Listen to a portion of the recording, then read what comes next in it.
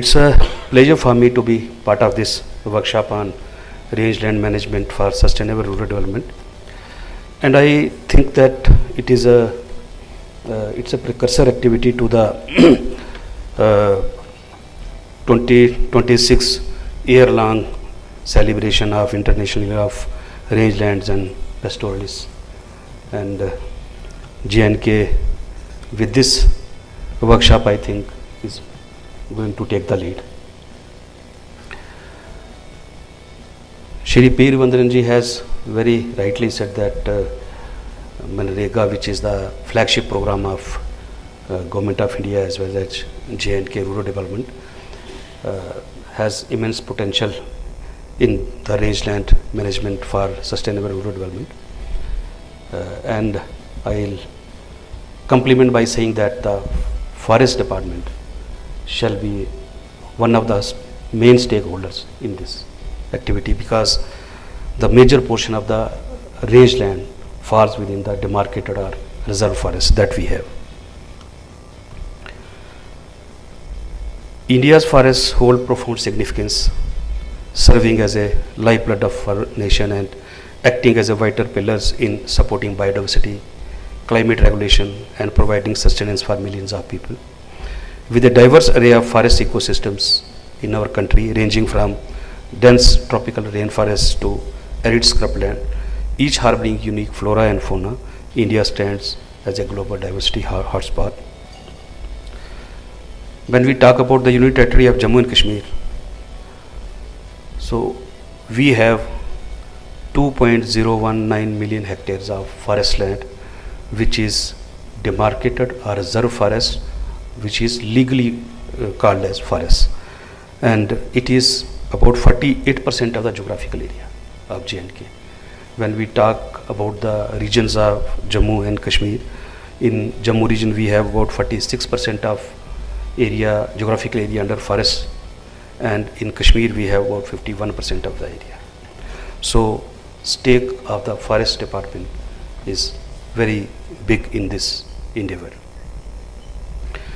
Talking about the livestock population in J&K, as we know that our livestock population has almost doubled during the last 50 years or so, and we have about 760 animals per 1000 human population, which is much higher than the national average of 409 animals.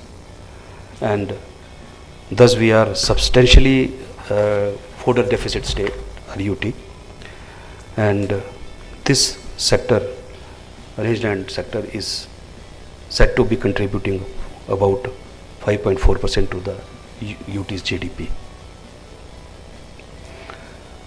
Specifically talking about the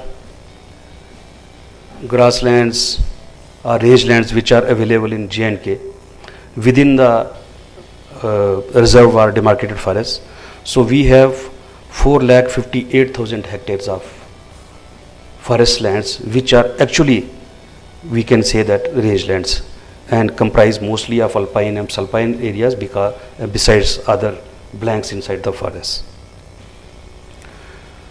When we talk about the animals, livestock, 58% of our livestock is sheep and goat, and we all know that it is all free ranging. In J&K we have very special provision that all the forests except wildlife areas are free for grazing for all the locals of the J&K. They can freely graze their animals inside the forest. Alpine and alpine pastures are unique biological entities which are utilized by mostly by our migratory graziers, and they are mostly open for about 4 to 6 months in a year, because for the rest of the period they are mostly under snow, but they provide a very rich nutritional feed to our livestock.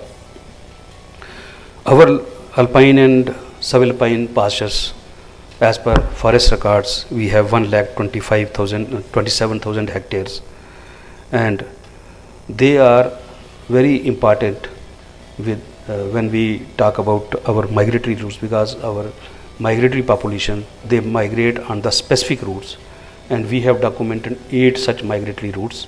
In these migratory routes, department has taken up several activities with the support of other departments like Tribal Affairs Department or Rural Development. When we have established various fodder closures as well as halting places. We have issues of our rangelands, our grazing lands. Poor soil conditions are there because of overgrazing. Non-palatable species have come out. Weed infestation is there. So there are challenges for which we need to work. The biomass production of our rangelands, especially our alpine, subalpine areas, has been calculated, and some exercise says that is average 6.5 to 10 quintals per hectare per year, which is much below the requirement. And to address this, J&K Forest Department is having fodder and pasture development component in all its plantation programs, and a special wing has been raised by the department, which is called agroecology wing. It started as a project in 1991, but now it is a full-fledged wing headed by a conservator, and our conservator is also here, Miss Priyanka Sareen. I think she will be telling during her discussion the details about the works being executed by this agroecology wing. I'll say that lot of efforts for this are being taken, and in my understanding, the biggest step taken by the Government of India is the Forest Conservation Act. Because Forest Conservation Act has not given protection only to the forests, but all the rangelands, all the grasslands, all the alpine and subalpine pastures inside the forests. So this is a great work. And then we have all of you know that Indian Grassland and Fodder Research Institute, Jhansi, it's doing a good job. In J&K, we have Department of the Directorate of Environment and Remote Sensing. It has mapped all the grasslands and pastures inside the forest. The information is available. I think we need to propagate it and share it, and it can be used for perspective planning. We have, as I already said, that made enclosures with the plantations, and we have included our this fodder and pasture land development as our important component in our programs. But removal of this invasive species is a major challenge, and we need the community participation. Peer Vandranji has very rightly specified the I think I'll say that future course of action in the slide which he presented, and that has to be seen. Community participation is very important. Without that, we won't be able to go ahead. We talk of the rotational grazing in our forestry classes and all interactions. Actual implementation has to be seen because community sensitization is very important. If we close an area, there are chances that mostly people try to break it and go inside because of the so many reasons. That sensitization has to be there, and all the departments, not only forest or rural development, all the stakeholders, all the departments, and especially local community NGOs, they have to come forward, because the people, communities trust non-government organizations, people who are locals, who are volunteer. So their trust is more. I think they have to partner with us, they have to support so that these programs can be successful. I compliment the organizers of this workshop for bringing all the stakeholders together to deliberate on the important issue, so that sustainable management of our pasture lands is ensured for the benefit of the dependent communities. I wish all the success in the endeavor for preserving, protecting and developing our rangelands in Jammu and Kashmir. Thank you very much. Jai. Thanks a lot, Shri Suresh Kumar Gupta ji, sir, for your unmatched special address. और जंगल की बात करें तो इनकी वजह से ही हम सभी का वजूद है, और कोविड जैसे हालातों ने ये हम सभी को अच्छे से सिखा दिया कि नेचर के साथ खिलवाड़ करने पर हमारा वजूद सलामत नहीं रह सकता।